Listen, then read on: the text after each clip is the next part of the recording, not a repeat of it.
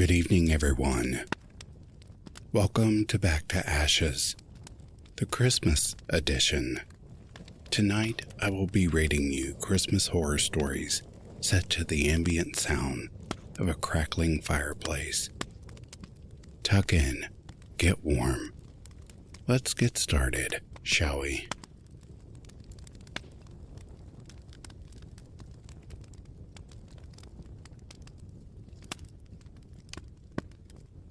Mrs. Delphine Smithers was an 83-year-old woman who lived by herself and her cat. Her husband had passed 2 years prior, and her children have since grown up and left the nest. But some Christmas time, and Mrs. Smithers gets her joy whenever her grandchildren paid a visit. She thought of the looks on their faces whenever she served them Christmas cookies and other pleasantries. This Christmas, she made some sweet and salty bark and kept it on the kitchen table. She found herself sitting in her favorite chair, knitting a scarf, where there came a sharp knock on the door. She jumped up a bit, not expecting any visitors at the moment. "Can we come in?" Smithers tentatively laid the scarf on the arm of the sofa and gripped the chair. Her frail bones popped and shifted. Getting up from the chair, Smithers collected her walking stick and trudged rigidly towards the front door. Another sharp knock rang out, that time more agitated than previously. "I'm coming. Hold on," Smithers yelled.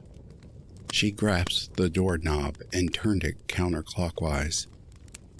The door creaked open. On the other end of the door were two children, a boy and a girl. The boy appeared older, presumably around 13.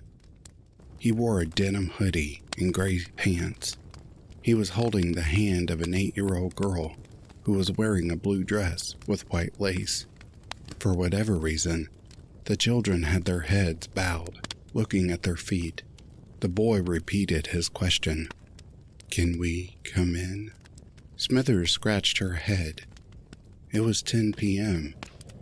Why would these children be at her house at that time of night? Somehow, the boy must have realized what she was thinking. "We need to borrow your phone. My cell phone battery's dead." Smithers thought more about the suddenness of having these unexpected guests, but they were children regardless. At the very least, she could grant them this one request. She nodded her head, gesturing the two children in. Smithers directed them into the living room where her cat droned, awake from the ruckus. When it set its eyes on the two mysterious children, the cat arched its back and hissed. Smithers walked over to silence her cat. "Lex, these are our guests. Behave yourself." The cat meowed in defeat before running out of the living room and into the kitchen. The two children sat on the sofa, their eyes still hidden. Smithers went into the kitchen and pulled out the plate of sweet and salty bark. She returned to the living room and bent down to the children's eye levels. "Care for some sweets?" The boy looked up. There was a reason as to why he was shielding his eyes. They were devoid of color or pupils. Nothing more than pitch black nothingness. Whatever he was, he assuredly was not of the earthly realm. The girl looked up as well. Her eyes matched the coal blackness of the other boy. And yet, most bizarre, Smithers smiled at the children despite the hollow sockets that they call eyes. The children were speechless at first. They shared a puzzled glare. The girl waved her hand in front of Smithers' face, but Smithers didn't follow the path of it. They leaned in closer, realizing that Smithers' eyes were glazed over in a thin sheet of blue. She was blind. Smithers suddenly frowned. "Oh, I'm sorry. You don't care for them?" Thank you. the boy said.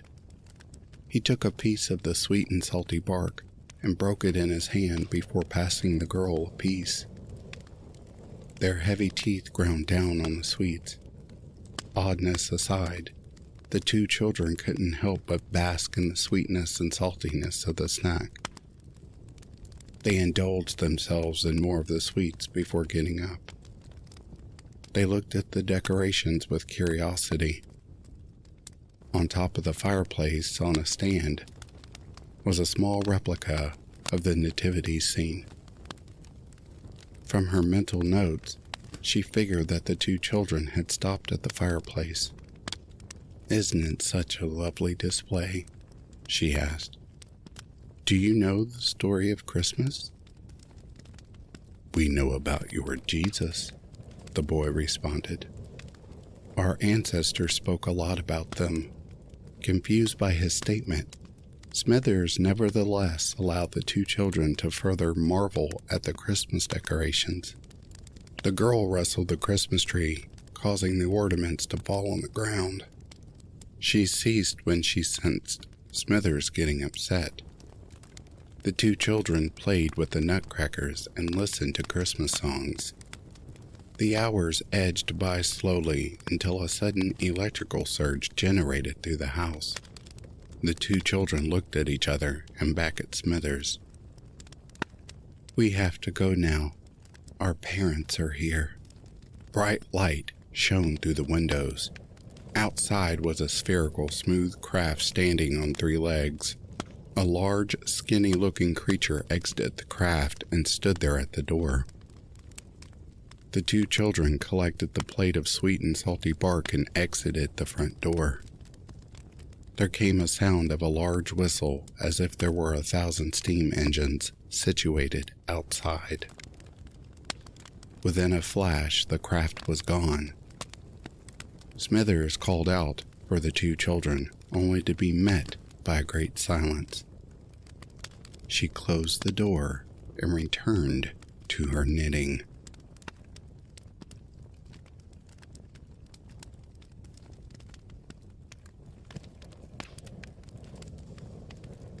"12 seems to be the age when kids start putting the heat on their parents about the truth behind Santa. I was certainly no exception to this rule. How were Santa's elves able to make that video game I wanted in their workshop? I thought Nintendo owned Mario. Or how about the ever-infamous visiting every house in one night question? Did the Jolly Man own some kind of time-extending device? Or perhaps the most obvious question of all, how could he have lived for this long? A lot of people say he trains apprentices who take his place every few decades. Others claim he's just immortal. As for everything else, magic seemed to be the universal lie everyone had agreed on. Whatever the case, I just went with the conclusion that it was my parents' doing. Of course, they deny it and claim ignorance if I confronted them, but it wasn't enough to dissuade my beliefs. So, one Christmas Eve, when I couldn't sleep as these questions danced among my dreams of sugar cereals and new games, I decided to investigate the noises coming from my living room. This time, surely, I would catch my dad or mom in the act of stowing presents under the tree. At least then, they'd let me in on the truth. But as I entered the living room, I saw a man before me that I did not recognize. He was dressed in red and white, with a slightly overweight body, and he wore a stringy, fake white beard. His hair, or what remained of it, was graying around the edges of his classic Santa hat, and his eyes were wide with fright as he dropped a present under the tree. Being the intuitive youth I was, I came to one of two conclusions. Either this was a home invader stealing my family's gifts, or this was the real Santa. I opened my mouth to scream, but the man rushed toward me and covered my mouth. "Shh, shh," he said, putting a finger to his mouth, trying a smile. Tears began to roll down my cheeks. I was petrified of this man. Then, slowly, he took back his hand and extended it towards me. "It's all right there, little one. You know who I am, right?" I nodded, not shaking his hand back. The trembling man nodded as well, then grabbed an empty sack lying on the floor and gestured to the tree. "Look, see, I bring gifts. Now, run along to bed, or I might have to put you on the naughty list." He started drifting towards the deeper, hearty voice stereotypically associated with Kris Kringle, but I wasn't fooled. Regardless, I wiped my eyes and began to step back from the living room, trying to create some distance between me and the stranger.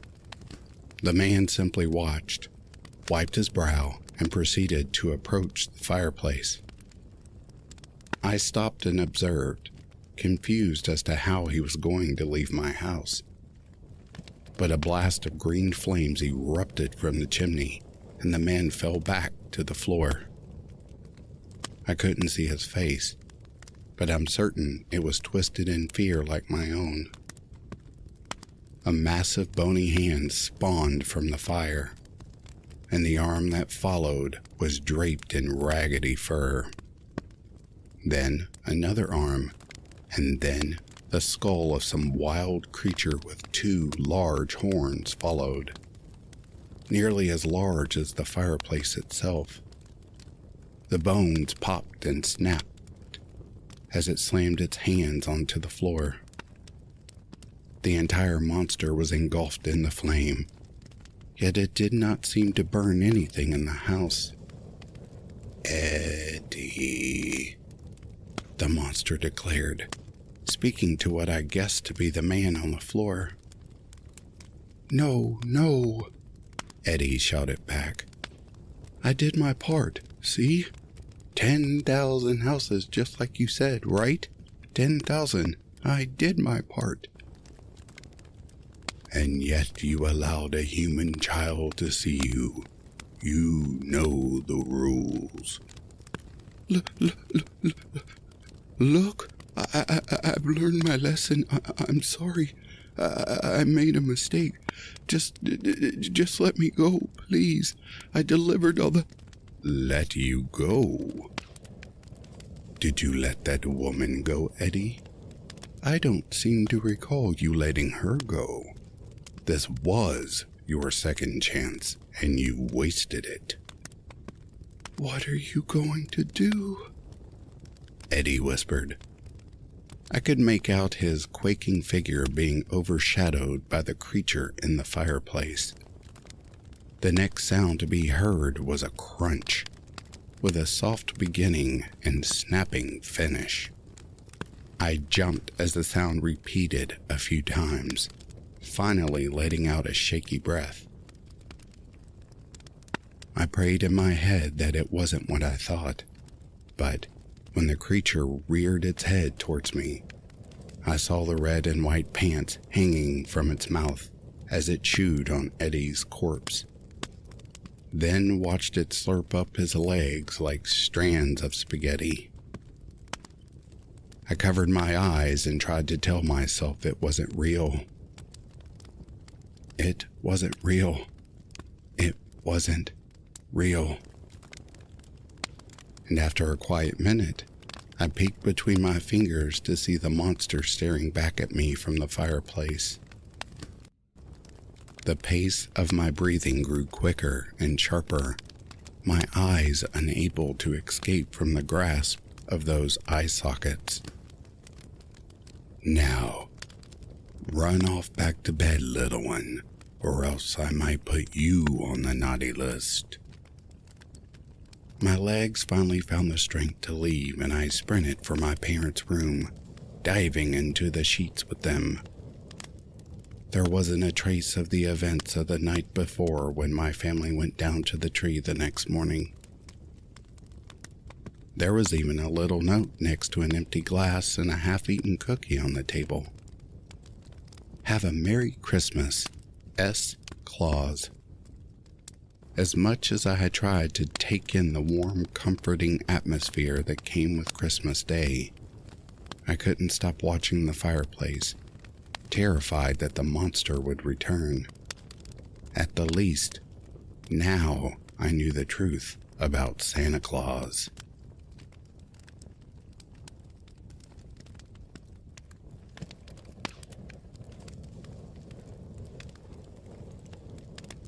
It was a frosty Christmas evening. A psychopath lurked behind the shadows of the night, a cold blade held firmly within leathered palms, dripped with the fresh blood of its victims. Remembering the shrieks as each of their necks were perfectly sliced open, their tender flesh stained red as it poured from the deep cuts, the multiple stab wounds in each of their torsos. The little girl watched as her family was gutted before the Christmas tree and squealed, "Why, Santa? Why?" Only to have the man in the Santa outfit charge her down like a bull. The man paced slowly around the streets and grinned at the sinister thought of the crime he had committed less than an hour ago.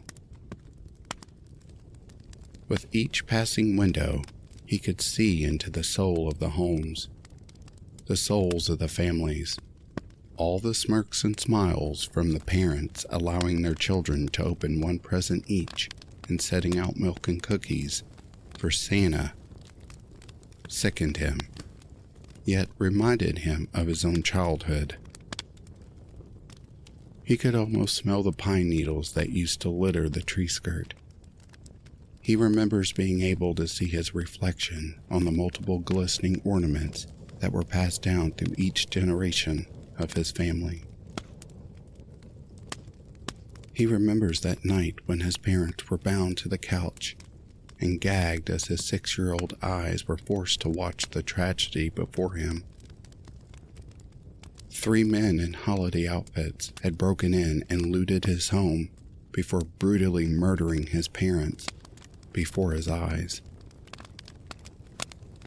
They left him bound to the armchair and escaped into the night. The final thoughts he could remember were the horrific sounds that each plunge of the blade made and the fatal shots that ended their lives. A sweet breeze brought him out of his trance, and he quickly stepped through the yard of another home. Without hesitation, he kicked in the door, and the parents turned around from the Christmas tree, only to be shot multiple times in the torso. 2 small children shrieked and cried in horror from the stairwell. They stood in shock as the man turned out the door and stepped into the cold. He quickly switched clips and fired a few shots into the air to alarm the neighborhood. Children and adults peeked out their doorways and windows, startled from the loud gunshots. "Give me your attention, please," the man shouted in the desolate street. He gazed around to see all eyes on him before continuing. "Before police arrive, I would like for you all to do one thing. Never forget the tragedies that can happen in such small and innocent communities. Never let your guard down and always keep together as a family." His voice trailed off as the echoes of sirens approached. He lifted the cold steel to his temple and spoke his final word as police arrived on scene with weapons drawn. "Never forget," he shouted before pulling the trigger. The fatal gunshot seemed to echo forever in the midst of the tragedy that had occurred. Children stayed close to their parents and siblings. Emergency vehicles closed off the street and sent a small group to retrieve the bodies. One of them, a young man in his early 20s, was preparing to cover the body of the killer when he noticed something odd. He noticed a photograph peeking from the sleeve of the outfit. He pulled it out and studied it. There was a small boy with a wide grin across his face, with his two parents behind him, and a tall, brightly decorated Christmas tree. On the back was a letter in sloppy handwriting, as if a child had written it. It read, "Dear Mom and Dad, I'll be coming home soon to join you in the afterlife so that we can enjoy a holiday season together. Love, Tommy." He turned the photograph over again and noticed it was his family instead of the one previously there. A few days later, he and his family were brutally slaughtered in their home.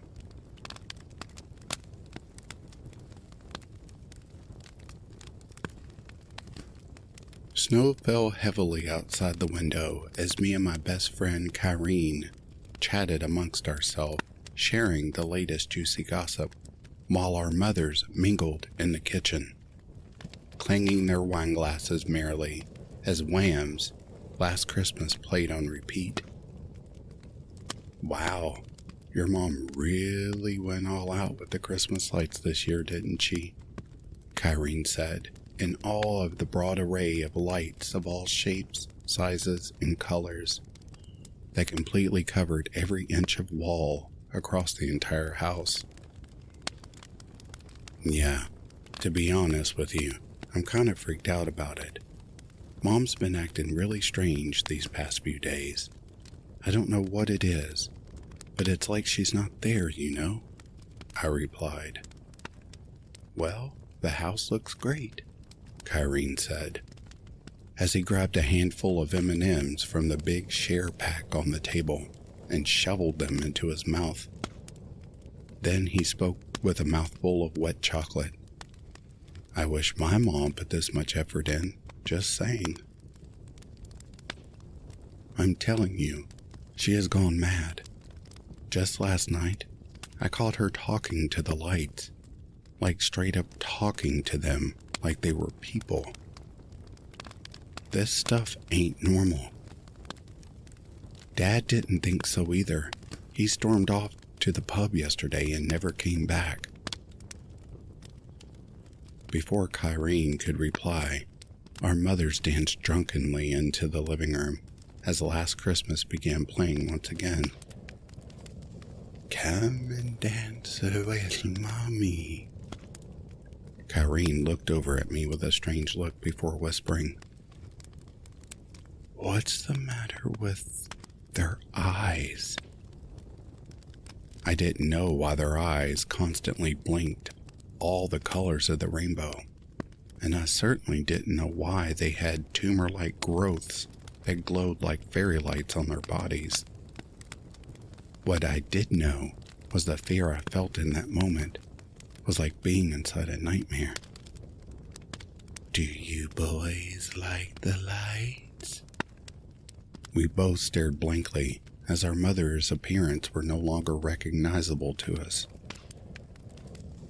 "Tonight we are having a light show for little baby Jesus, and you two are shining stars." I was about to run, but Kyrene had the idea first. As soon as he tried to bolt, the lights ripped themselves from the walls and blocked his escape. His pupils dilated when he looked into one of the little bulbs. Then he screamed, and his screams became muffles as the light snaked around his entire body and entered every crevice they could find. His body then erupted into flame as the electrical cord surrounding his body ignited. And soon enough, the entire house was on fire. Mom looked at me as flesh melted from her bone and she smiled while her eyeballs dripped down her cheeks. Jesus wept, she said before laughing hysterically as her body burst into flame. I swore that night that I would never be within the vicinity of Christmas lights again. Though dreams plague me every Christmas, dreams of beautiful Christmas lights. Maybe I should decorate this year.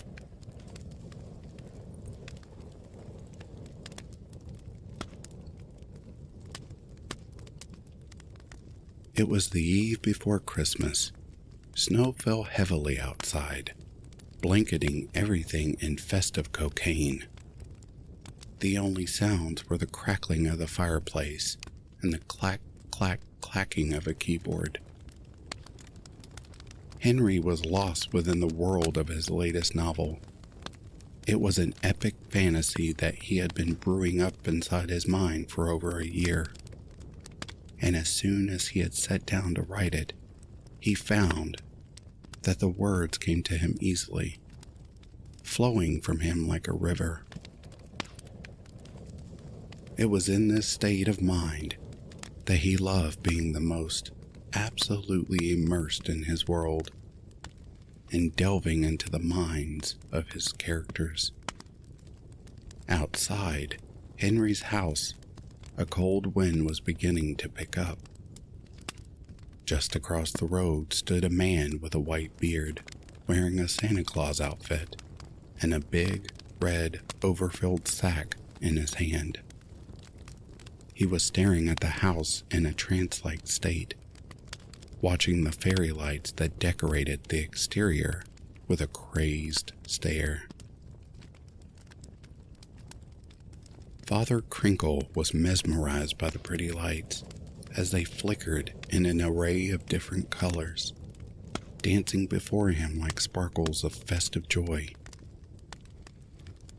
Very pretty lights, he thought. They reminded him of the lights his mother had liked to lash him with when he was a boy. It was a bonding activity that old Father Crinkle had enjoyed immensely and missed even more. His late mother had been gone for over 30 years now, and he missed her. Nobody hit like her. Nobody broke the skin like Mother did. Red droplets seeped from the sack in his hand, staining the snow beneath his feet in blood. Henry had been writing for almost 4 hours when he decided to call it a night. He made himself a cup of hot chocolate, drank it, and turned off the Christmas lights outside before heading to bed. Just as Henry was about to climb into bed, somebody began to bang ferociously on his front door. He slowly and quietly made his way to the kitchen to grab a knife before opening the front door, revealing old Father Crinkle standing there with a toothless grin. "Put pretty whites back on, please."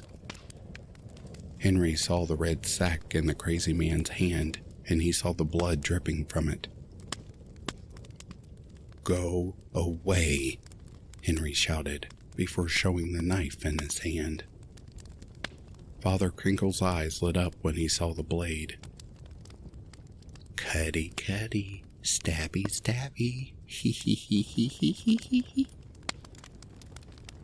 Henry tried to slam the door shut, but Father Crinkle threw the sack in between the door, stopping it from closing. And when Henry saw what was inside the sack, he screamed. Inside were the dismembered heads of every resident on Henry Street. They were all piled up like a heap of bloody gore. The realization hit Henry like a sledgehammer. He was the last one left on the street, Father Crinkle produced a blood-stained hatchet from his trouser leg and smiled. "Merry Christmas."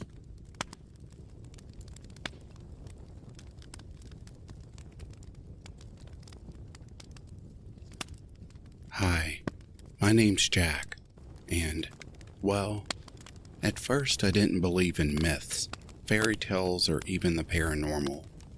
But what happened to me changed my way of thinking about the world. It made me believe there are things out there that we just don't know about yet. So, where should I begin? I guess it all started December 22nd. It was the middle of winter, and I lived in Maryland at the time. My wife and I had a divorce because I had cheated on her a few years ago, so it was just me by myself. A few weeks after the divorce, she had a child. His name was Tyler, and even though I never got to see him, not even on my birthday, my wife made an exception to let him come out to see me this once. Only because Tyler kept asking her to let him see me that Christmas. Along with the fact his birthday was the 25th, she couldn't say no. Score one for Tyler. On December 23rd at 3 a.m., I met him for the first time at the airport. I came to tears to see my son for the first time in person. Just was one of those moments to where I couldn't help myself. He had yellowish brown, curvy short hair. His eyes were dark brown, and he was breaking out with a few pimples on his face. He must have already hit the puberty stage, obviously. He wore a dark blue, no-sleeve jacket over a black t-shirt, and he also wore ripped jeans with Timberlake boots. He then came over to me and gave me a hug that lasted for a minute. We then went to get his luggage, and then went back to my home. As soon as we got inside, I just gave him a tour of the place. His room was a little roomy with a couch, television, and a twin bed. The closet was small, but still big enough to walk in. It was more like a box big enough to walk in. He seemed satisfied with his room because as soon as I showed it to him, he quickly laid down on the bed with a grin on his face. "I'll just let you settle in and I'll be in the living room if you need me," I told him. I went downstairs, sat on the sofa, and picked up the remote to watch television. I turned to the History Channel because it always had something interesting to watch. This time, it talked mostly about sirens and mermaids. For 2 hours, I sat there watching it. Then I went to go check on Tyler. I opened the door and entered his room. To my surprise, he was already asleep, still wearing his clothes on top of the covers. I then heard music playing outside. I looked out the window next to the TV in Tyler's room. It was just my loud neighbors again. This had been going on ever since they moved to the area a year ago. Every time near the holidays, they would always have their music playing at night, and then show off some new decorations on their house the next morning. They were only 2 teenagers, 1 boy, 1 girl. They seemed 17 years of age, and why yes, they looked like teens. They didn't act like teens. I would only see them once or twice out during the day, and that's it. The next morning, my son and I were out at the store getting new decorations for my house. We picked out some yellow lights to go around the house, then picked out a Christmas tree to go in the living room. I plan on going all out for Tyler's birthday. "Hey, Dad, do you mind if I go pick out one last thing before we go?" he asked. I told him yes. Within a matter of 10 minutes, he came back holding an envelope. We went to the checkout to buy all the decorations and other stuff. That did cost me a fortune, but I would do anything for my son. I drove us back home, and on my way up to the porch with the bags, I saw the two strange teens putting up their decorations. Everything was just plain white with red spots or stripes on them. The decorations also looked like they were all carved by hand. It must have taken hours to make all the decorations, maybe even days, because they came outside with snowflakes, reindeer, and one white and red Santa sleigh. They really upped their game this year. "Nice decorations," I yelled to them. The two teens stopped what they were doing and looked up at me for a few minutes, then looked at my son, who was getting the rest of the stuff out of the car. They had a blank stare on their faces, not even a smile, and then went back to decorating. My son and I went inside to put up the Christmas tree in the living room. "Here, you start putting the decorations on the tree and I'll go make us some eggnog," I told him, giving him the decorations. "What's eggnog? Sounds gross," he said. I just laughed and said, "It's not gross at all. I think you'll actually like it."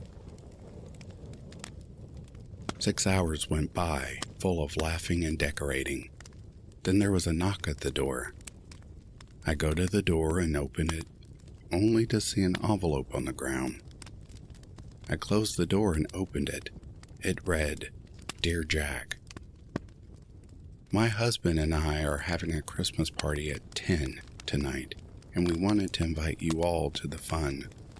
The whole neighborhood will be there. There will be snacks, drinks, and a few party games. Hope you can make it. Yours truly, Mrs. and Mr. Brightster." I then went to the table to put the letter down for a minute. Then Tyler came over to me with a different envelope. "Here, Dad. I know it's a little early, but I couldn't wait till Christmas to give it to you," he said. I then opened it and pulled out a necklace and a card. The necklace had a little cross with a ring going over the cross. The whole necklace was silver-plated. Then I looked at the card and it read, "Best Dad in the World." As corny as the card was, I gave my son a hug that lasted for 2 minutes. I then told him about the party and asked if he wanted to go. "Sounds like fun," he said. "All right, I'll drop you off there, but I want you back by 10:30, okay? I can't go with you because I have some stuff I need to take care of. Can I trust you to go there and come back by 10:30? I asked. "Yes, you can," he said confidently. 5 hours passed and Tyler was at the door ready to go to the party. I got my keys and we made our way to the car. That's when out of the corner of my eye, I noticed a small dog running across the street from something 2 houses down. Then a giant monstrosity pounced on the dog out of nowhere. The poor dog let out a loud shriek and the monster, that thing, opened its mouth to a full 180-degree angle, showing millions of rows of horrifying dagger-like teeth. Then it took a giant chomp out of half of the dog's body, blood being gushed out on the face of the monster. The dog let out 3 loud shrieks of pain and then was silenced due to the loss of blood. And I looked as the monstrosity chewed the dog's lower body in its mouth, and it was like nothing I'd ever seen. Its mouth was extremely wide, and when it chewed, the whole mouth swooshed down, reaching a full 3 feet, and then going back up again. Then I looked at its entire body.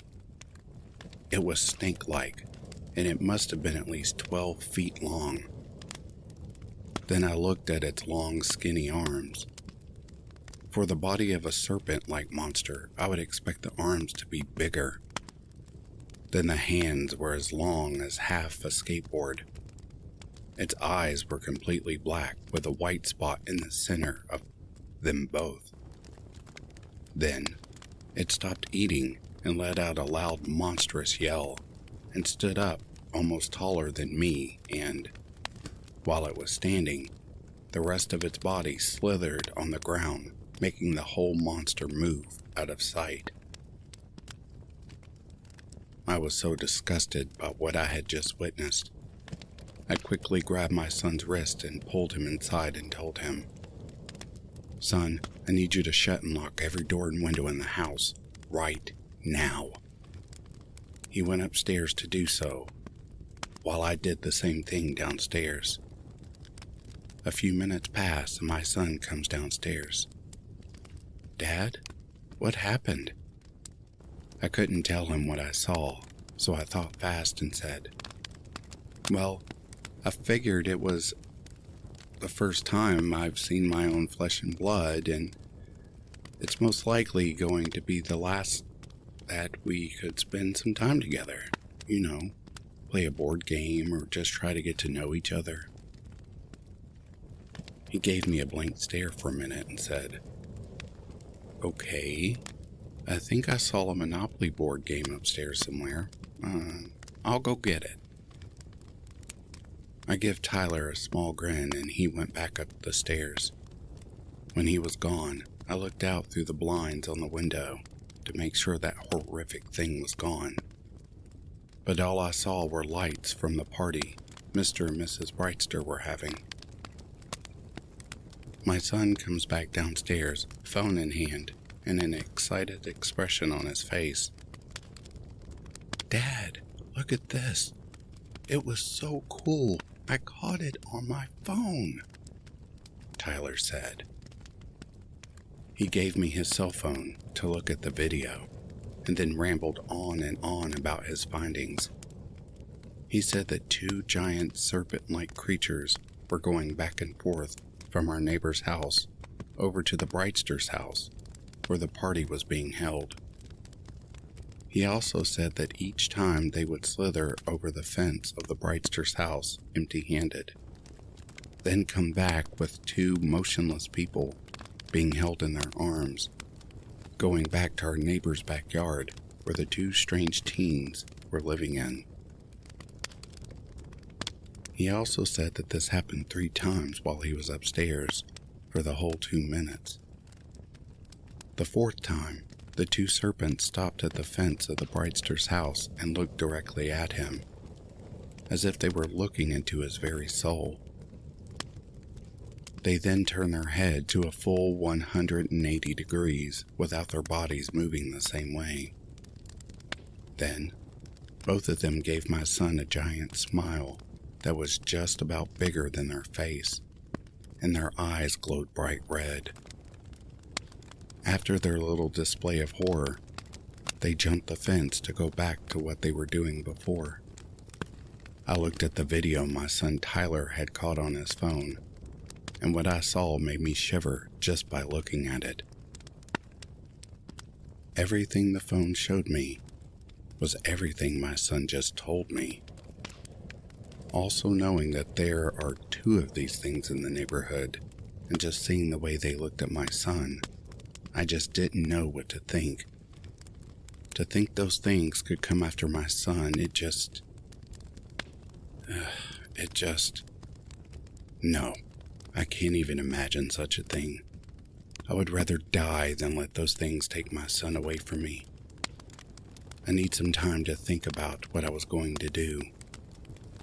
I told Tyler to watch some TV or something, and to keep the phone with me for a while. He didn't seem to mind at all. Hours had gone by with me watching the video over and over again. In my mind, I was asking myself, why were those things here? Where did they come from? And what are their plans? These questions were spinning around my head like a tornado, I didn't know what to do. I couldn't call the cops. They would just laugh right in my face if I told them that there were 2 serpent monsters in the area. I definitely couldn't tell my ex because that's just one headache I didn't feel like having right now. I guess all I could do was keep this on the down low until the whole thing blows over. December 24th, Christmas was just one day away and the gifts for my son were already under the Christmas tree. Tyler was still asleep in bed, so I decided to go ahead and make a good breakfast for him to wake up to. I pulled out a good cookbook that was passed on to me by my mom.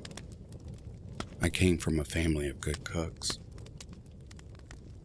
All of our family recipes were kept in this very book. I flipped through a couple of pages until I found lumber chunk in breakfast. It said on the page this recipe was made by my great-grandmother, but the year was smudged, so I didn't know when it was made.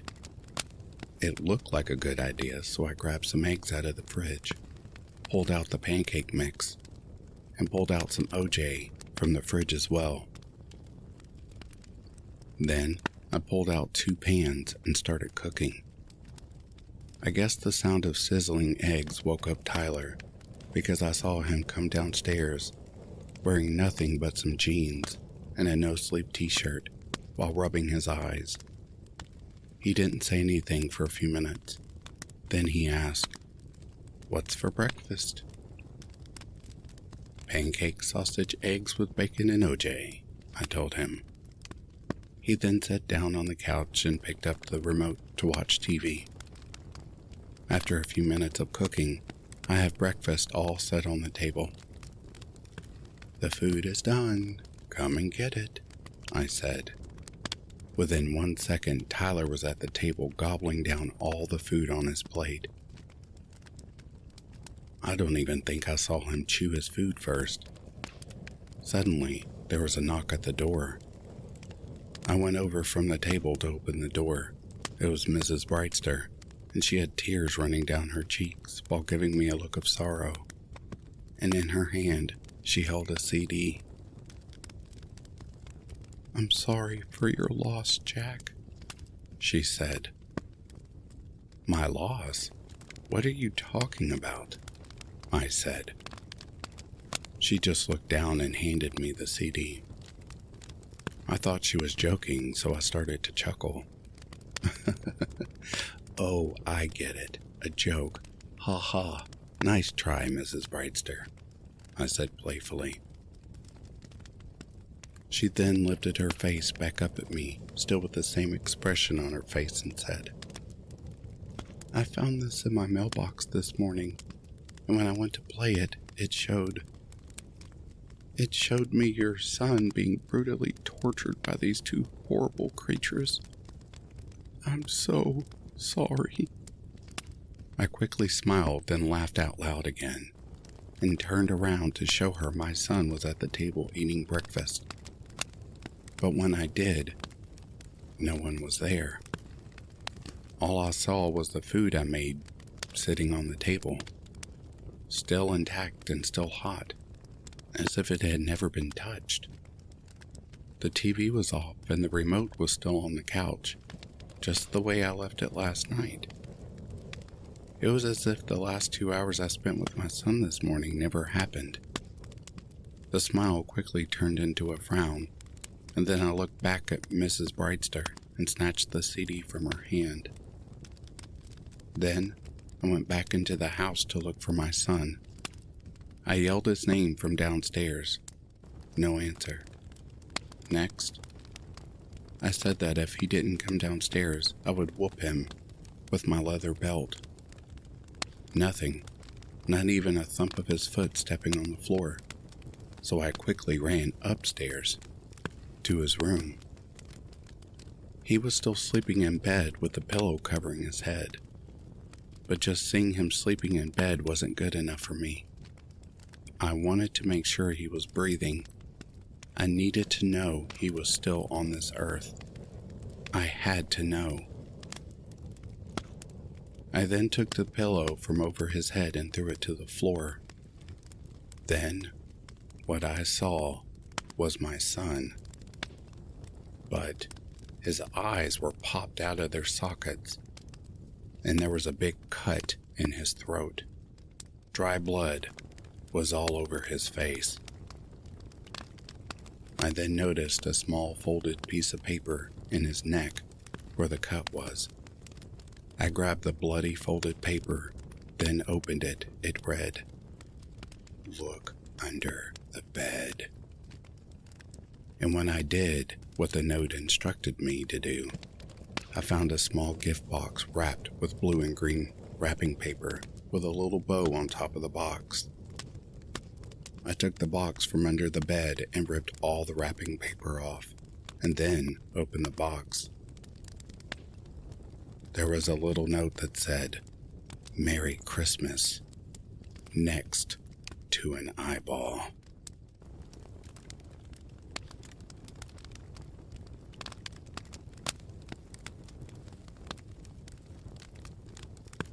For most children, Christmas is a celebration worth looking forward to. For 13-year-old Evan, it was something to fear. Evan still remembered his 7th Christmas Eve clearly, an evening that he, like most children, had been looking forward to for a long time. The next morning, he would get up early and open all his presents, eager to see what surprises Santa had left him. Evan imagined the restless night ahead and thought, if he listened hard, he might be able to hear Santa come down the chimney. But this Christmas Eve didn't go all to plan. It wasn't long before Evan's excitement gave way to horror. Mom had insisted that Santa wouldn't come if Evan stayed up late, and she had just began sending him off to bed when Evan was distracted by a loud, muffled thump on the roof. It seemed to be coming directly above the fireplace. It was like the night before Christmas. There arose such a clatter, and Evan approached the chimney to see what was the matter. Was it now that Santa had decided to make an appearance? Ash was falling from the nooks and crannies of the chimney to the bottom of the fireplace, sending out charcoal smoke and a burnt smell. Someone had to be disturbing the ash. Evan was alone. Who else went down the chimney at this time on Christmas Eve? The chimney rattled, and a deep, rolling voice hit the air. Santa's famous, "Ho, ho, ho," echoed down the chimney as Evan watched in delight. Things were silent for a moment. Evan's mother stood behind him watching, then arose, the biggest clatter yet. There was an explosion of grayish smoke as mountains of ash fell to the bottom of the fireplace. The fireplace shook as if there was a sudden earthquake. Then, amidst the grayness, there was a flash of red and a tremendous thump. Had Santa made it?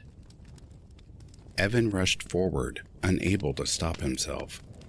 He felt a flare of excitement, but Mom was first to the chimney. Evan tried to remember the last time his mother had expressed excitement and couldn't. Then the smoke cleared, and the fallen Santa came into view. He didn't have quite the belly Evan had expected, but this was the least of his observations. Evan gasped as he saw that Santa's beard had appeared to slide off during his fall. But there was no blood. The only blood came from Santa's head, and it was just a trickle. The bad thing was that the trickle of blood was coming from what looked like a big dent in Santa's head. Evan frowned. Santa couldn't die. He was too good for that. He couldn't die. Not now. So, had somebody played a trick on him? Evan glanced at the beard that had appeared to slide down Santa's face. Beards didn't move like that. At least not without there being blood. So then, if it wasn't a real beard, it had to be a fake one. But if that was a fake beard, then Santa's suit was also a fake suit. This wasn't the real Santa. This was Santa in disguise. Evan glanced once more at the fake Santa's exposed features, trying to figure out who this person could be, and made sense of the face that seemed so familiar to him. He realized for the first time that Mom had never been excited. Instead, she had rushed to the fake Santa's body in grief. Sobs racked her body, her tears dripping on the fake Santa suit.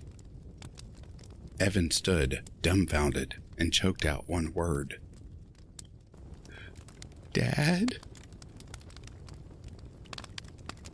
Evan woke up in a cold sweat, bolting upright into a sitting position. He glanced at his watch and read the time. 2:19 a.m. Before the light on his watch went off, he read the date, December 20th. Only 5 more days until Christmas. Once upon a time, Evan would have been happy about this. But now, he wished that Christmas never came. It was the same dream again, accurate in every detail. That evening was exactly how it had been in his dream. It never ceased to amaze Evan how vivid these dreams were. They got downright to the core and forced Evan to relive the worst moment in his life. Those goddamn nightmares. They got worse around Christmas. He would dream of that fateful evening his father slipped and fell down the chimney, smashing his skull in on the way down. Or he would dream of those claws, those razor-sharp strips of polished bone. Weapons that could slice through him like butter if they gave so much as a flick. Most kids grew out of their belief in Santa, came to accept that Santa was just another myth made up to make children happy, but Evan hadn't grown out of it. He had been jolted out of it, his belief shattered with the tragic death of his father. Evan's father had only been trying to surprise Evan, but he had done much more than that. He had bent Evan beyond repair, and every Christmas, Santa Claus would haunt Evan. Evan was convinced Santa Claus was some kind of demon in humanoid form. He was definitely not human. He was a supernatural entity of sorts. But Evan had always thought of him as a demon. Santa Claus had been in Evan's life ever since his father died. And though he was mostly absent during the year, he would come back around November, maybe late October. When it became nearer to Christmas, well, he would become more persistent then. There were the nightmares, for one thing, and the visions, and Evan had no shortage of seizures around Christmas time, when Santa Claus was at his worst. Sometimes Evan had panic attacks that seemed to come from nowhere, and there was no doubt who had caused them. Evan was no stranger to bullying at school because of his seizures and his strong dislike for Christmas. Santa Claus had taken its toll on Evan. Evan knew that Santa Claus had, in some way, been triggered by his father's death. Sometimes Evan believed that Santa Claus was actually his father's ghost, turned evil in the existence of the afterlife. Evan wasn't one to believe in the supernatural, but Santa Claus had changed his mind about a lot of things. After a while, Evan had been forced to accept that Santa Claus was always going to come back.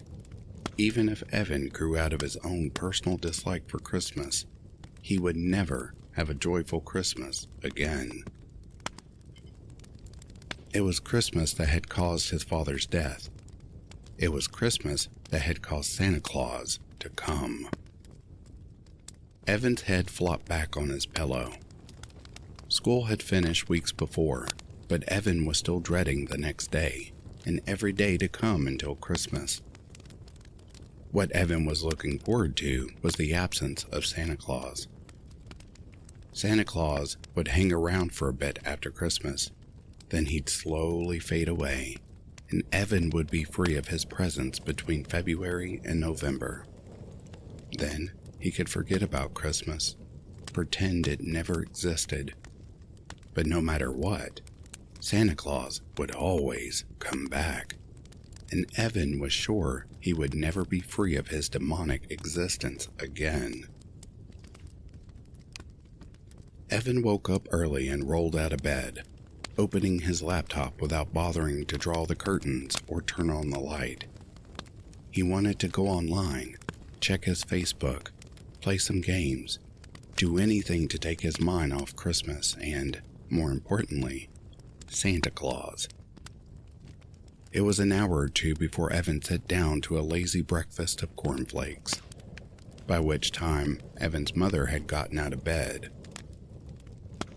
Mom had shut herself out from society a while after she unexpectedly became a widow, developing a strong case of depression.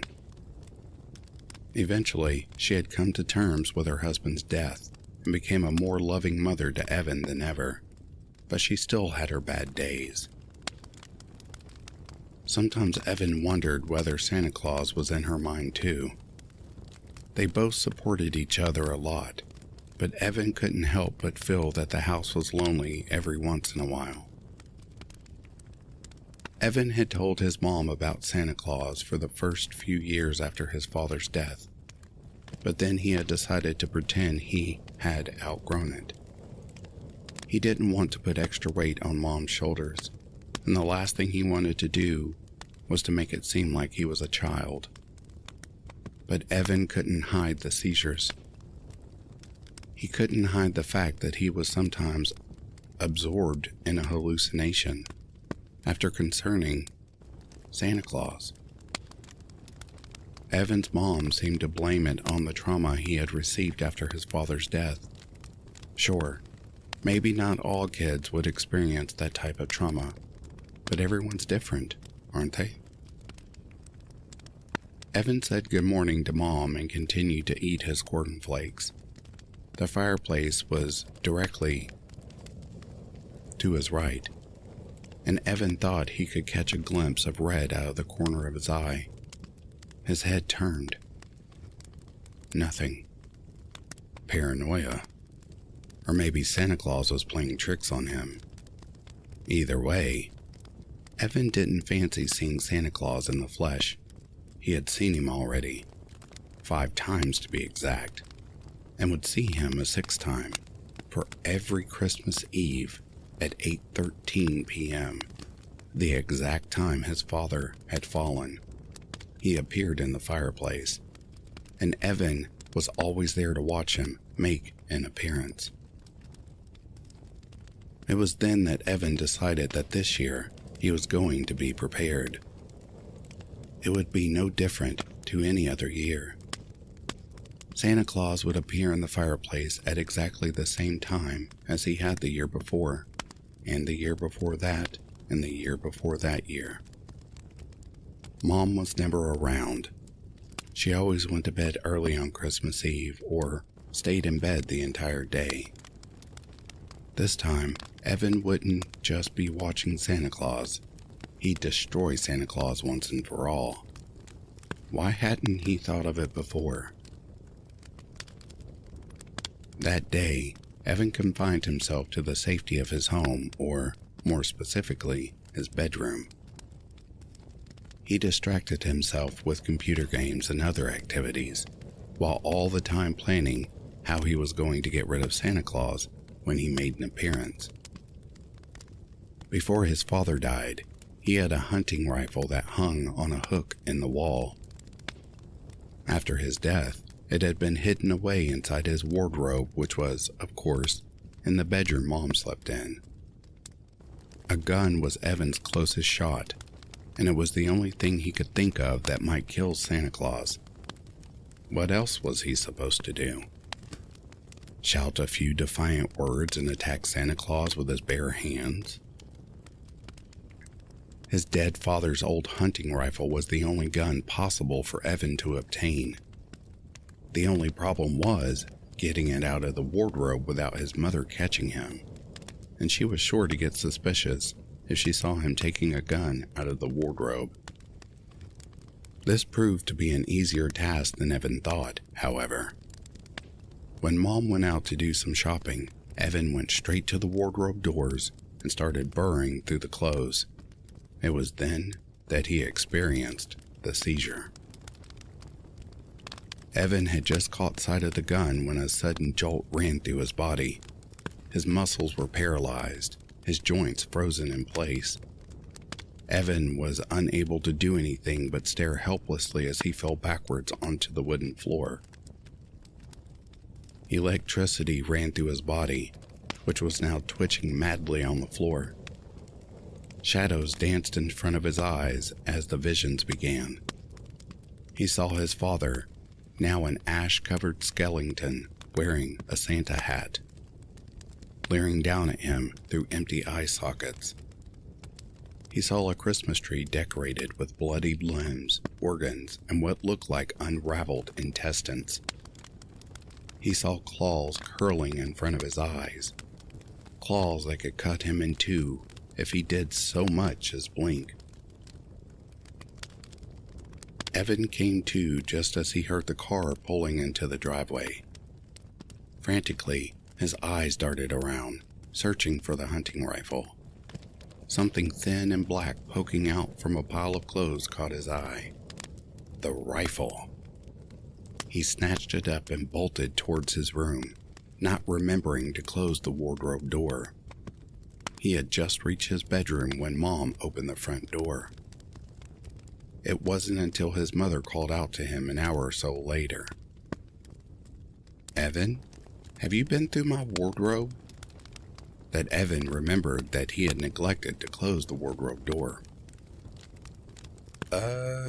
Yeah," Evan replied, thinking quickly.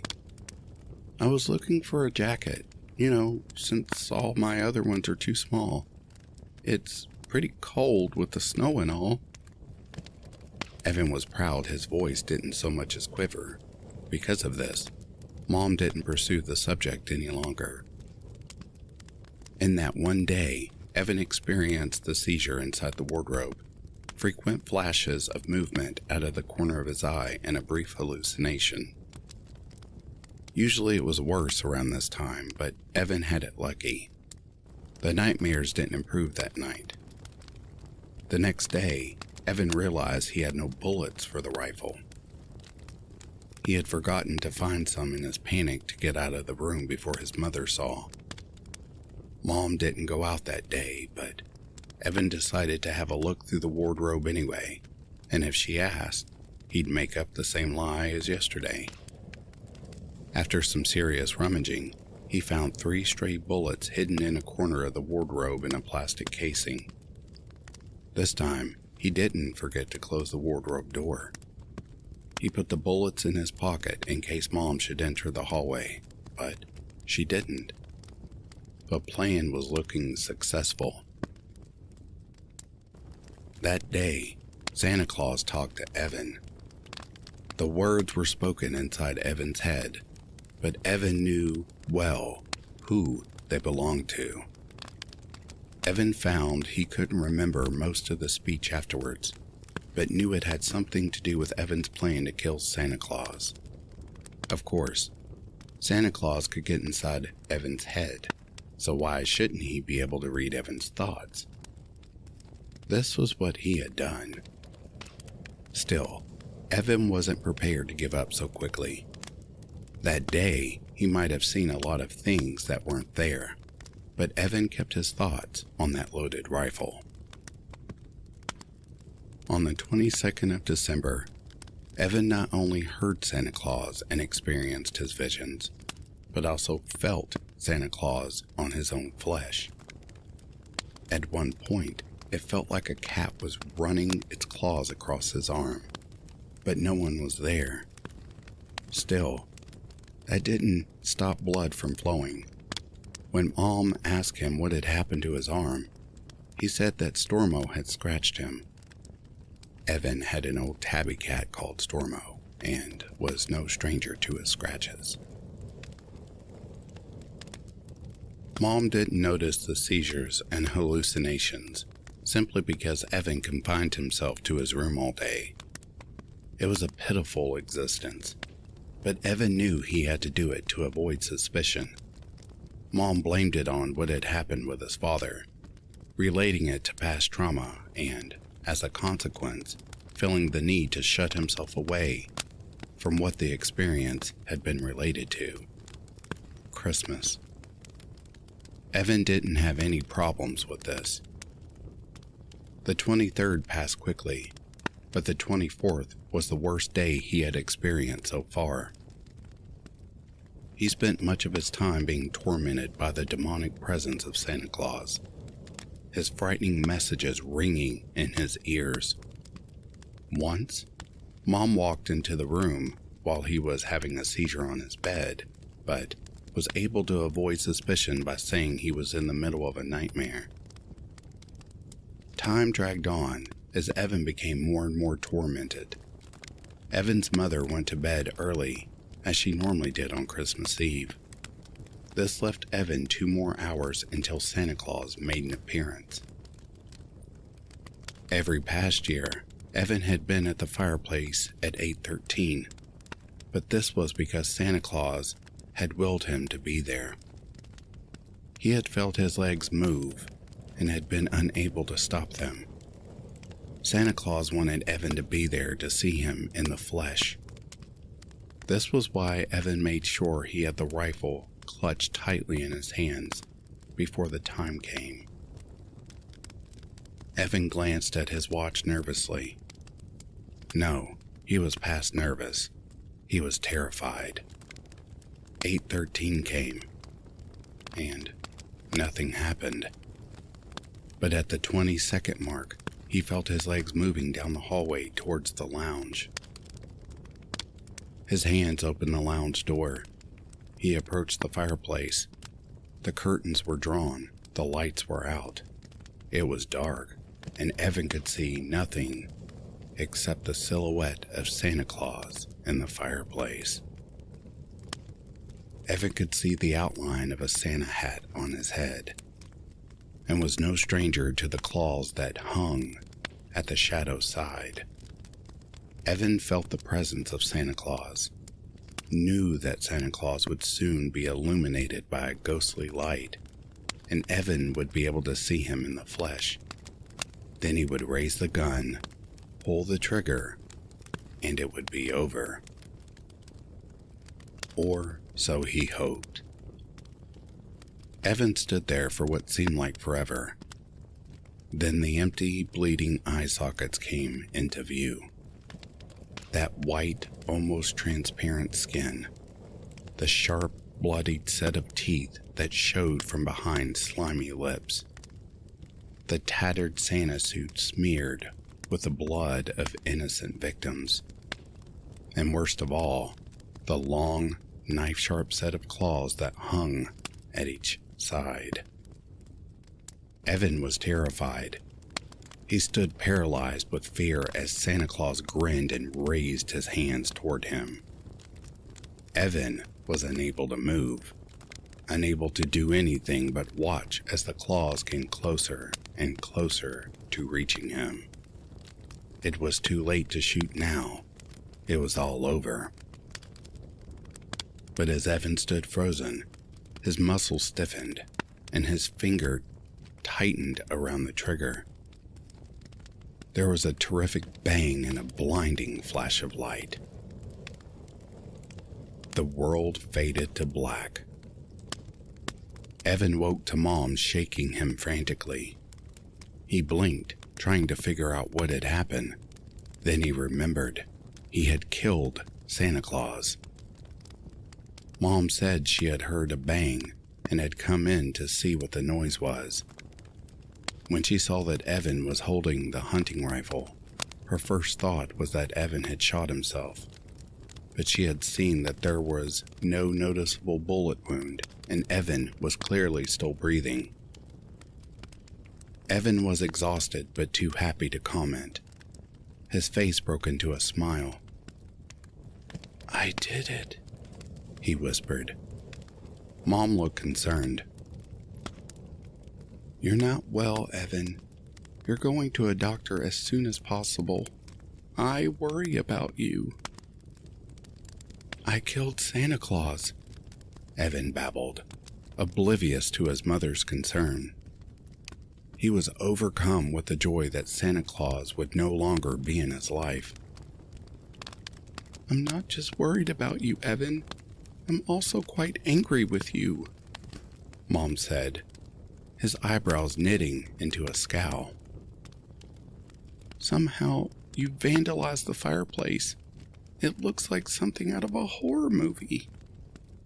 Evan frowned. "I never vandalized the fireplace." Mom sighed. "Then how do you explain that?" she said, pointing. Evan twisted his head around to face the fireplace. Solid crimson letters had been written on the brick wall behind the fireplace. The paint looked fresh, and Evan could see it still trickling down the wall. But not paint, Evan realized, but blood. "Ho, ho, ho. I'm coming for you."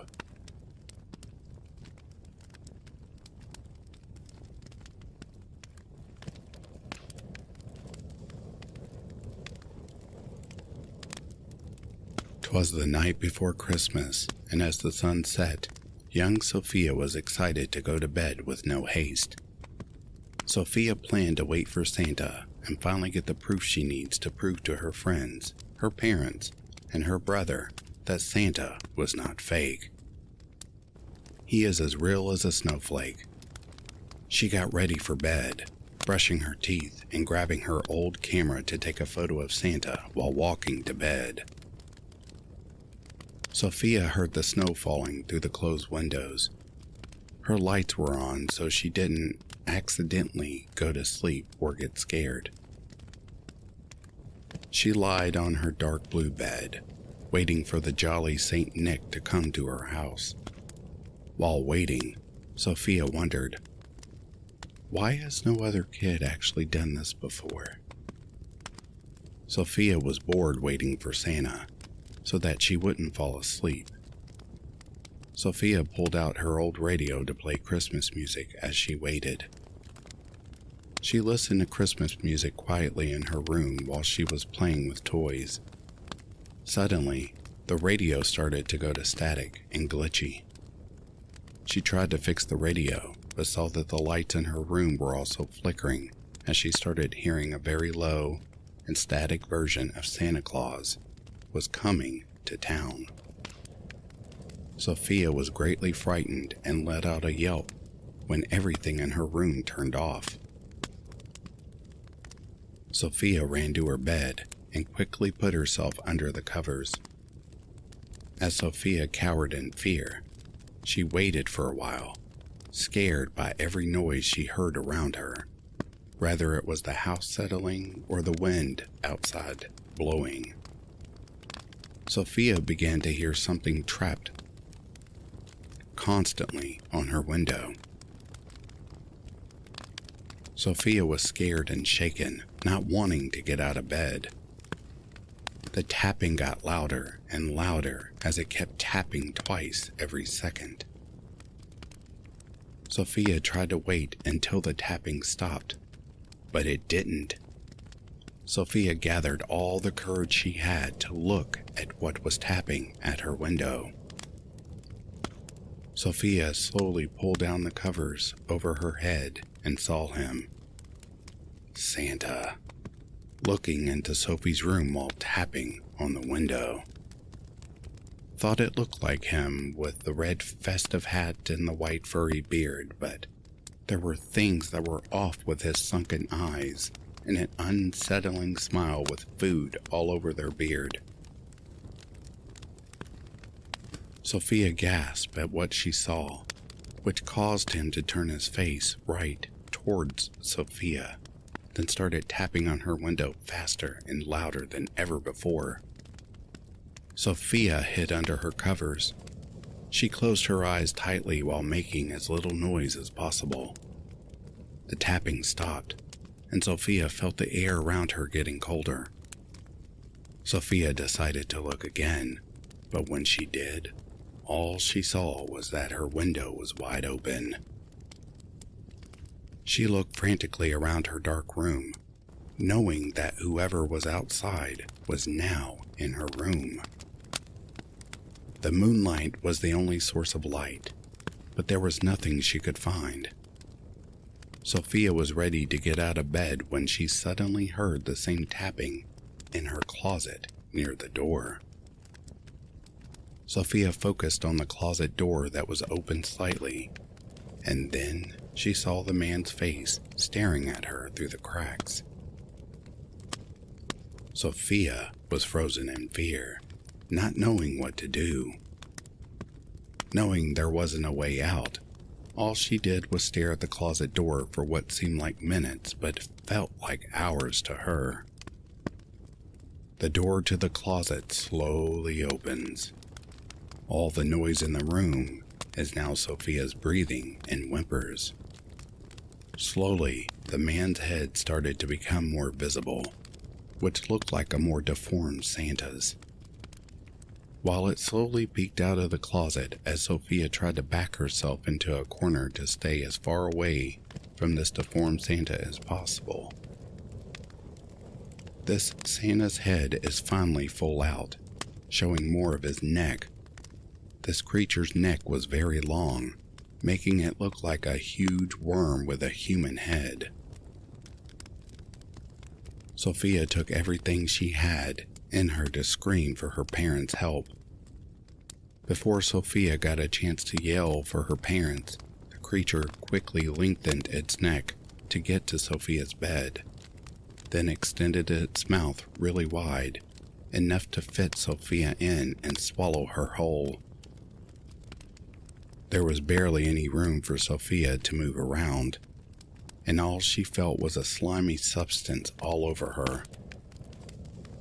With what little air there was in that tight space, Sophia tried kicking and screaming and doing whatever she could to get out. It felt like forever until the creature started making noises and spat Sophia out. Sophia was covered in snot and slobber, making her colder in what appeared to be a very cold and dark room with only one door and no windows. Sophia put her ear against the door, hearing strange noises behind the door. Without any other choice, Sophia opened the door to see dozens of other children of all races making toys. The children looked tired and dirty, all of them so fixated on what they were doing. There was a door behind the children, and above it, it said, Santa's Workshop. When all the children heard Sophia walk into the room, they all stopped what they were doing and looked at Sophia. The kids Sophia's age, or blinkness emotionless like all their life, have been drained from them. The elder children had fear in their eyes and they shook, terrified. The huge door behind them opened. The creature poked out its head with its long, flimsy neck, making unspeakable noises that made Sophia lightheaded. The monster's neck was long enough to circle the room, next to all its prey. Its eyes were fixed on the elder children as it comes up towards them and sniffs every single one of them. The monster stopped at a boy who spoke Turkish.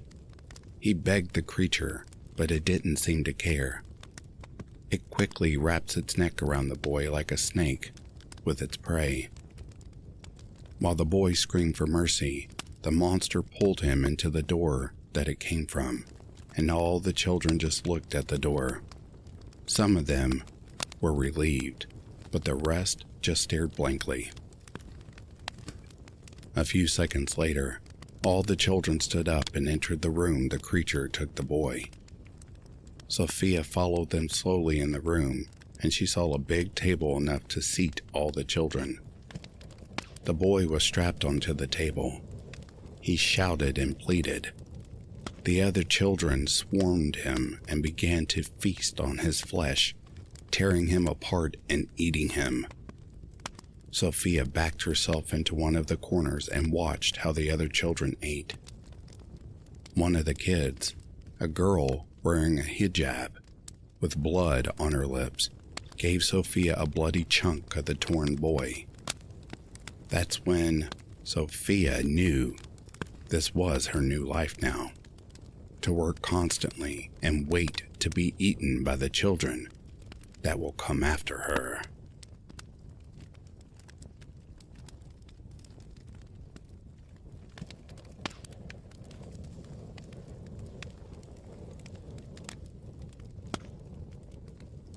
Opal stared on hopelessly as her friend burned to death in the cozy fireplace before her, its mantel lined with stereotypically idyllic photographs of the black-haired, blue-eyed twins that had tormented them for the last and longest evening of their life. She struggled desperately against her maniacals, but the iron chains weighed more than she did, and the Christmas tree they were attached to was so enormous and heavy, with ornaments that it proved impossible to overturn. She tried to scream, beg, cry, anything, but all her vocalizations were incoherently muffled by the candy cane stripped gag in her mouth. Even were she not gagged, it was hard to imagine she could ever cry loud enough to be overheard over the agonized, dying screams of her friend as the fire devoured her whole, burning down through her flesh and out through her lungs as she inhaled the blaze. In a mix of terror and instinctive self-preservation, she thrashed against the cast-iron screen that imprisoned her within the fireplace.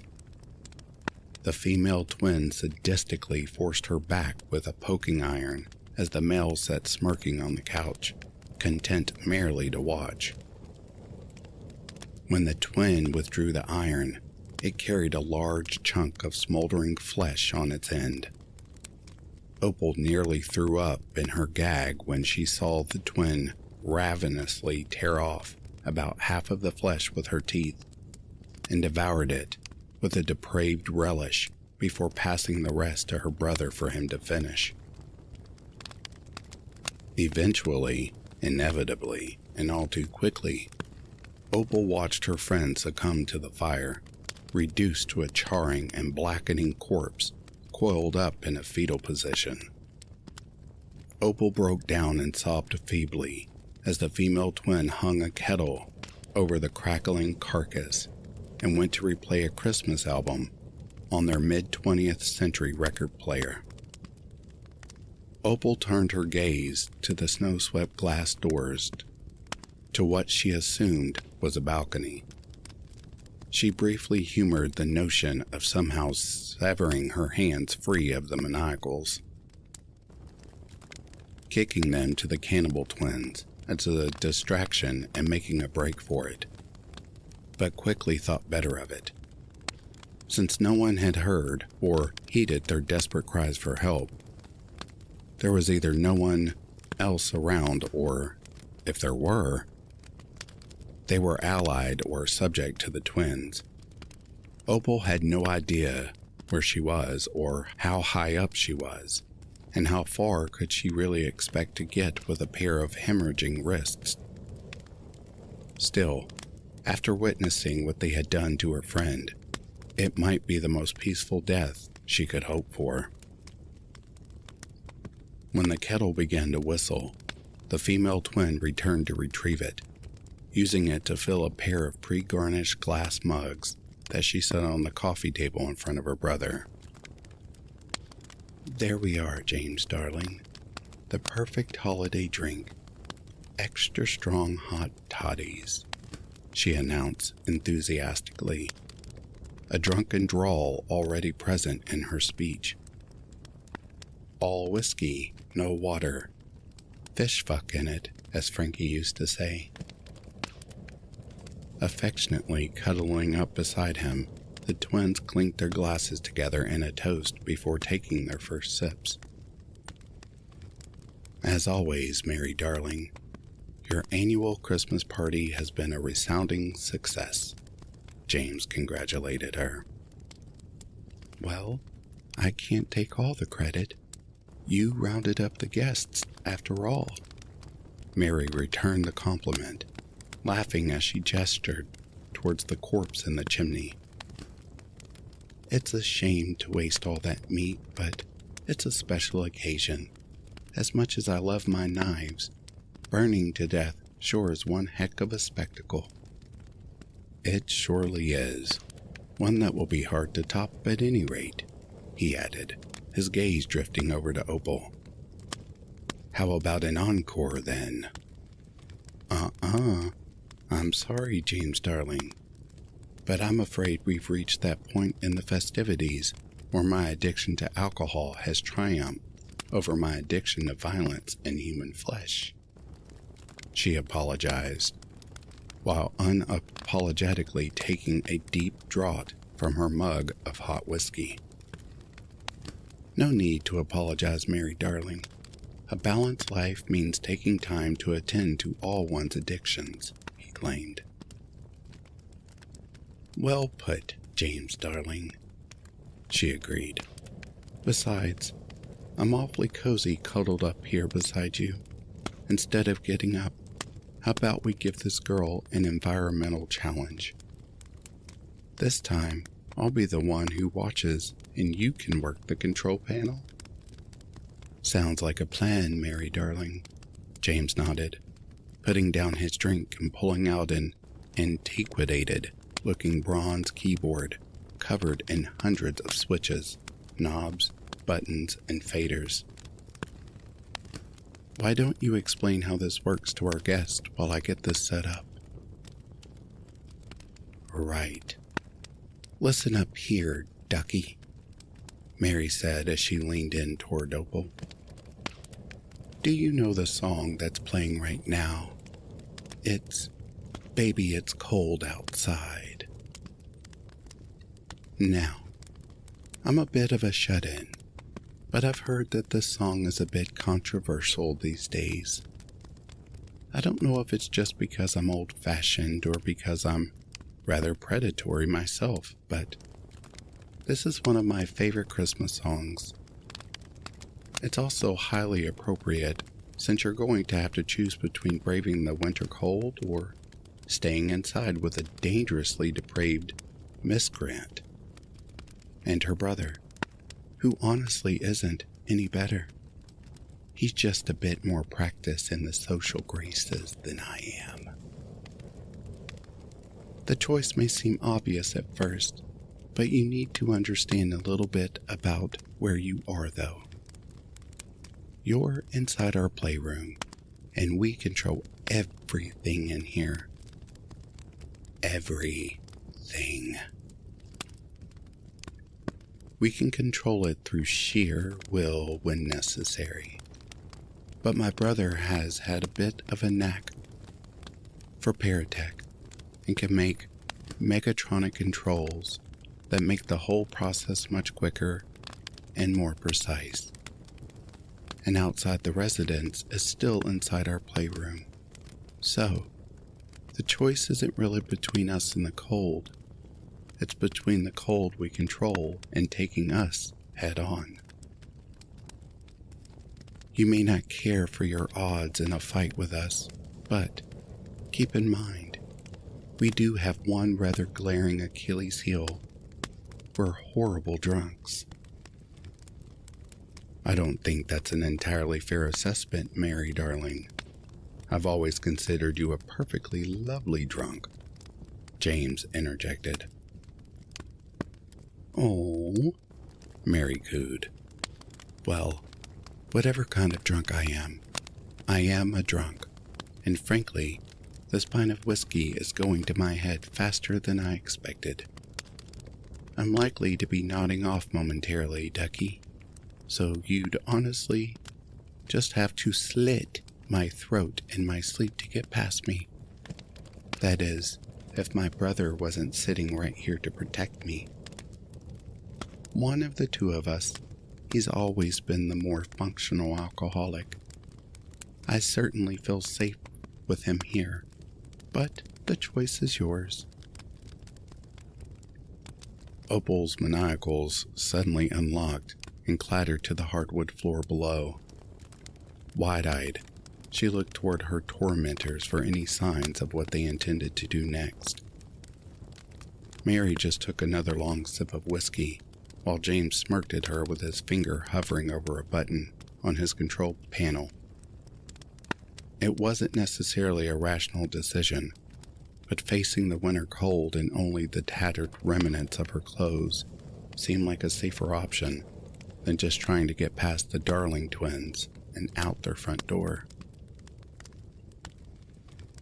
Limping as quickly as she could, she bolted to the glass doors and out onto the balcony. She saw that she was several stories off the ground, and the landscape all around her was covered in freshly fallen snow. The air was cold, but still, with fluffy snowflakes gently wafting downwards. This was odd since the sky was crystal clear and abundant with twinkling stars. Opal had no formal knowledge of astronomy, and had not spent much time staring up at the night sky. But she could still tell at once that the stars were wrong. They were too bright, too regularly spaced, and were moving too quickly. Turning her attention back to the more prosaic matter of the ground, she saw that there was a snow-covered but plowed road leading straight ahead to a coniferous tree line and the lights of human habitation. It was the only sign of civilization she could see, and so she had little choice but to make for it. Looking over the edge of the balcony, she saw that a snowbank of soft and fluffy fresh snow had piled up directly underneath her. Maybe, just maybe, it would be enough to break her fall. She took one final look behind her and saw that the Darlings were still sitting on the couch. Mary had already polished off her pint of whiskey and had unsurprisingly lost consciousness. Her head rested upon her brother's shoulder as she snored loudly. James, on the other hand, was still wide awake. His eyes were trained on her like a cat watching a mouse, just waiting for her to run so that the chase could begin. Opal leaped over the balcony's edge and into the snow below without a second thought. She screamed as she was enveloped by a frigidly cold snow, but it successfully slowed her descent enough that her fall left her unharmed. Frantically, she tried to dig herself out before she suffocated, but the fluffy snow was so light that she was never in any danger of that. Within seconds, she was free. The plowed road and the possibility of escape laid out before her. Tearing the gag from her mouth and letting out hours' worth of built-up screams all at once, she burst out into a sprint and raced to the village on the edge of the horizon. She ran as much to keep warm as she did to escape from the Darlings, hoping that she could stave off frostbite long enough to get to some sort of shelter. She could already feel her toes starting to numb as they slammed against the packed snow beneath her. She could barely go more than a few seconds without checking to see if James was in pursuit. But she was otherwise mostly heedless of her surroundings. It took her a moment to notice that the street lamps that lined the road appeared to be made of ice, and that their lights were, paradoxically, brightly burning flames. Further up the road, she spotted what looked like humanoid figures lining its edges. Her first thought was, of course, that they were people, but almost immediately realized that that couldn't be true. They were all completely white as the snow around them, and so her next assumption was that they were snow or ice sculptures, or perhaps more permanent statues with a dusting of snow. She didn't dare to slow down to get a better look as she passed them, but she at least got close enough to see that they were made from ice, or rather, they had a veneer of ice. In the flickering light of the overhead fire, Opal could just faintly make out the distorted forms of, hopefully, dead bodies trapped inside. All of them were posed in a tableau of either Christmas or winter activities, from caroling to sledding to snowball fights. Opal didn't hesitate to pick up her pace and leave the ghoulish statues behind her, lest she share in their morbid fate. She was perhaps too reckless in her flight, as she finally lost her footing on the slippery snow and fell to the ground. The fall winded her, and the snow seemed to have gained an unnatural capacity for sucking the heat from her body. Shivering, she tried to right herself, but with every attempt, she just fell back down. The ground, which had moments before been packed snow, was now pristine and virtually frictionless ice that proved impossible to stand on. Looking backwards towards the apartment building, she panicked at the sight of James skating towards her in a coat and toque. He deliberately held his hands behind his back so that she couldn't see what sort of weapon he was armed with. Abandoning any effort to get on her feet again, she instead began to drag herself across the road to the steep snowbanks that delineated it from the snowy landscape behind. James would have to chase after her in either his skates or his socks, giving her at least a chance of outrunning him. "Sorry, dear, but the laborious chase through the snow is a bit cliché for my tastes," James shouted at her. Before she was able to get off the icy road, it began to tilt downwards, enough that she instantly found herself sliding forwards against her will. Screaming, she flailed her limbs about wildly as she tried to slow her descent, but it all proved utterly futile as she just kept picking up speed. Ahead of her, the road inverted its incline and turned upwards, forming a ramp that was sure to send her flying through the air and likely to her doom. She clawed desperately at the road as she slid down, but she succeeded only in ripping her nails from her cuticles. Faster and faster she went until she was inevitably launched skyward in a prolonged, parabolic arch, screaming hysterically as the already freezing cold air beat against her at speeds approaching hurricane velocities. James was right behind her, soaring through the air with the calm professional control of an Olympic skater.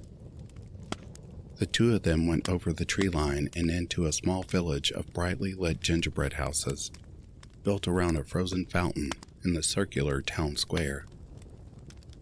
As Opal plummeted straight towards the fountain, she was certain she would splatter against it, and that would be the end of her.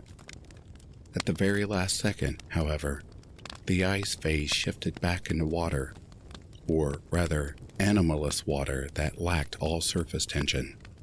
She plunged down deep into it, and it was the coldest thing she had ever felt. But she wasn't dead.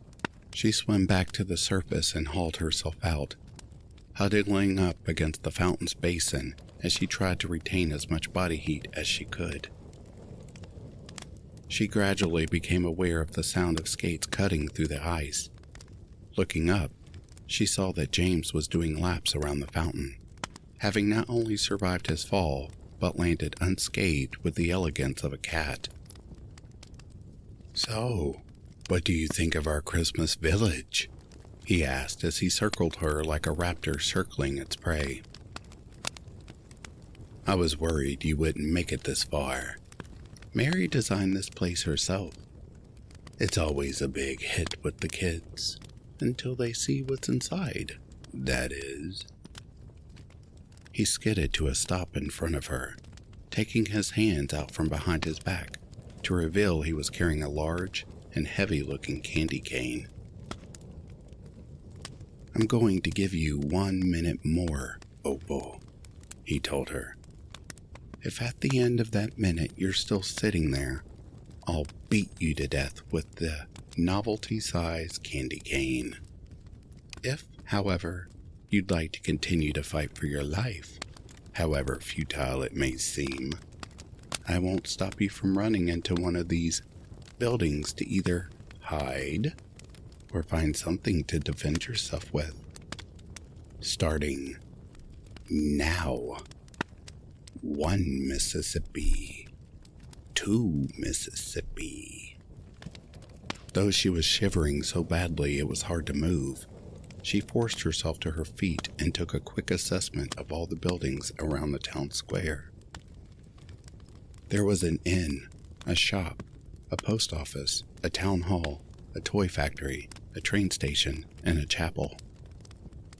The inn seemed the most likely to hold kitchen utensils, and the toy factory to have tools, both of which she could make into improvised weapons. The chapel, however, had a steeple, and she got the feeling that gravity might prove to be the best weapon she could defend herself with. If she could get herself into a defensible position, a well-timed and well-placed kick could be enough to send James tumbling down a flight of stairs or over the belfry. Grabbing a hold of the fountain to steady herself, Opal hoisted herself back to her feet and took care to slide rather than walk over the frictionless ice towards the chapel. As James continued to count, she made her way up the steps as quickly as she could and pushed the gingerbread doors open as hard as possible. And when they swung open, she screamed. The inside was not made of candy and gingerbread, but was rather just an old church in a dangerous state of decay.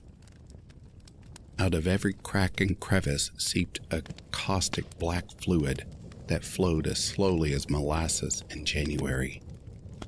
It crept upward along surfaces against gravity, with great gelatinous blobs of the substance budding off and slowly rising upwards like wax in a lava lamp.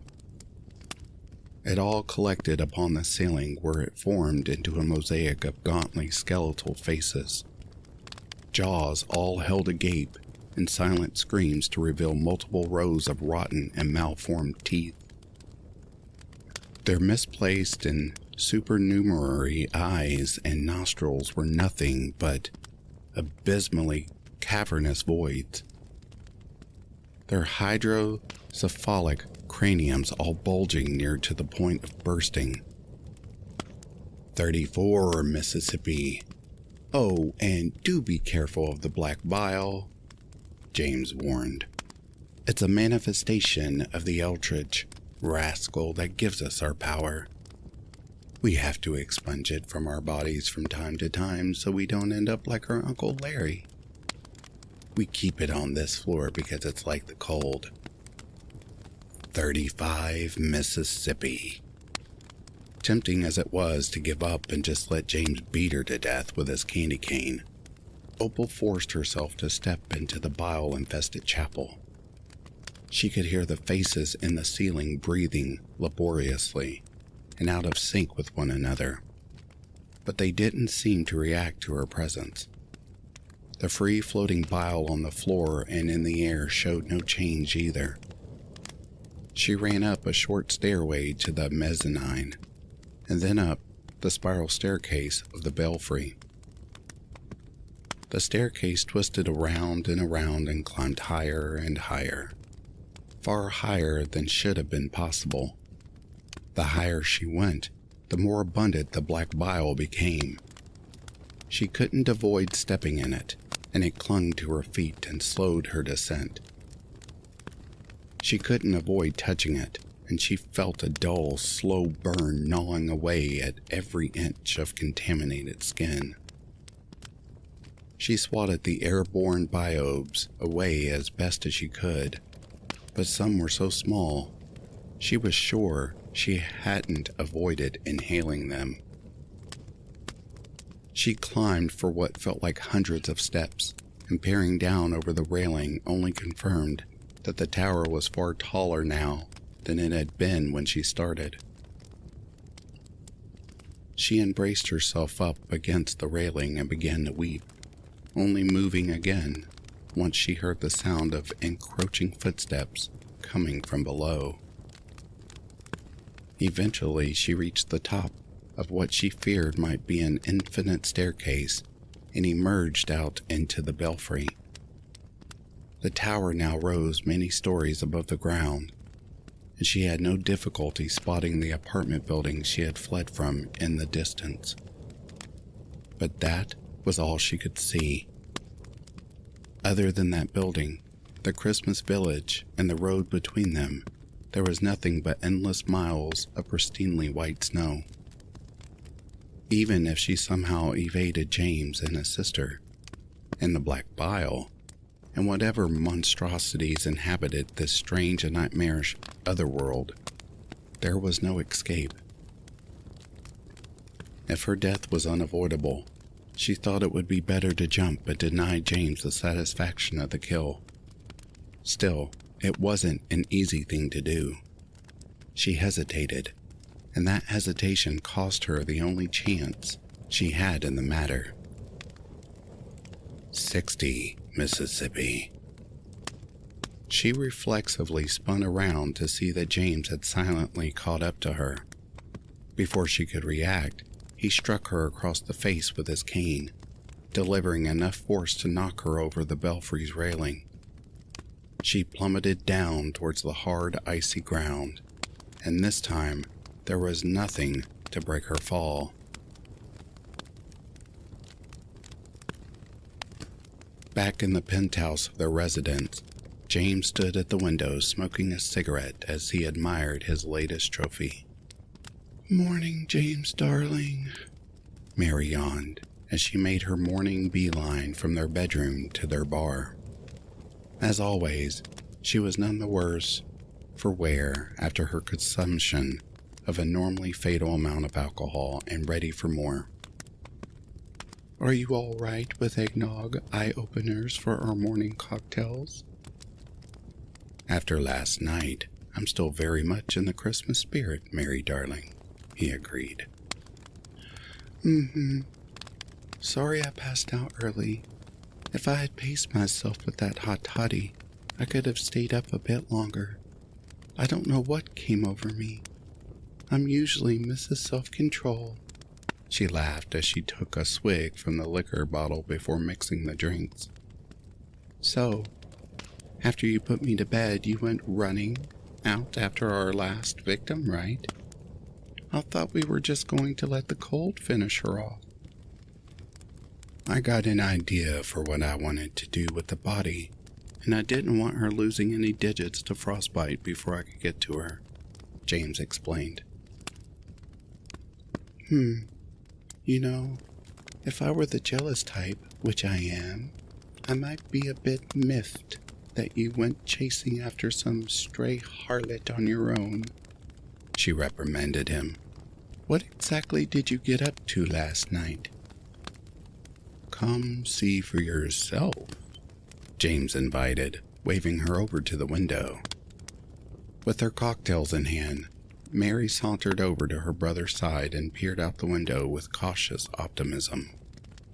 Outside, James had contracted the road so that the Christmas village was easily seen from their penthouse, and on the top of the fountain stood Opal, encased in ice.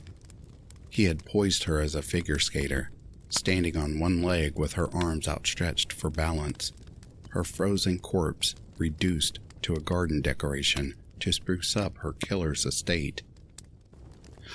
"James, darling, I love it," Mary swooned. "She's the perfect centerpiece for the Christmas village, and I can't imagine a more fitting fate. We told her it was cold outside, but she didn't listen. If only she'd known the exit to the playroom is out the front lobby." "Merry Christmas, Mary darling," James wished, taking his cocktail in one hand and putting the other around her waist. "Merry Christmas, James darling," Mary wished, kissing him fondly before taking her first sip of eggnog. And this concludes tonight's Christmas horror stories.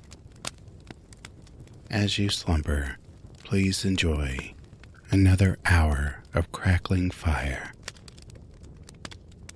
Merry Christmas to all, and to all a good night.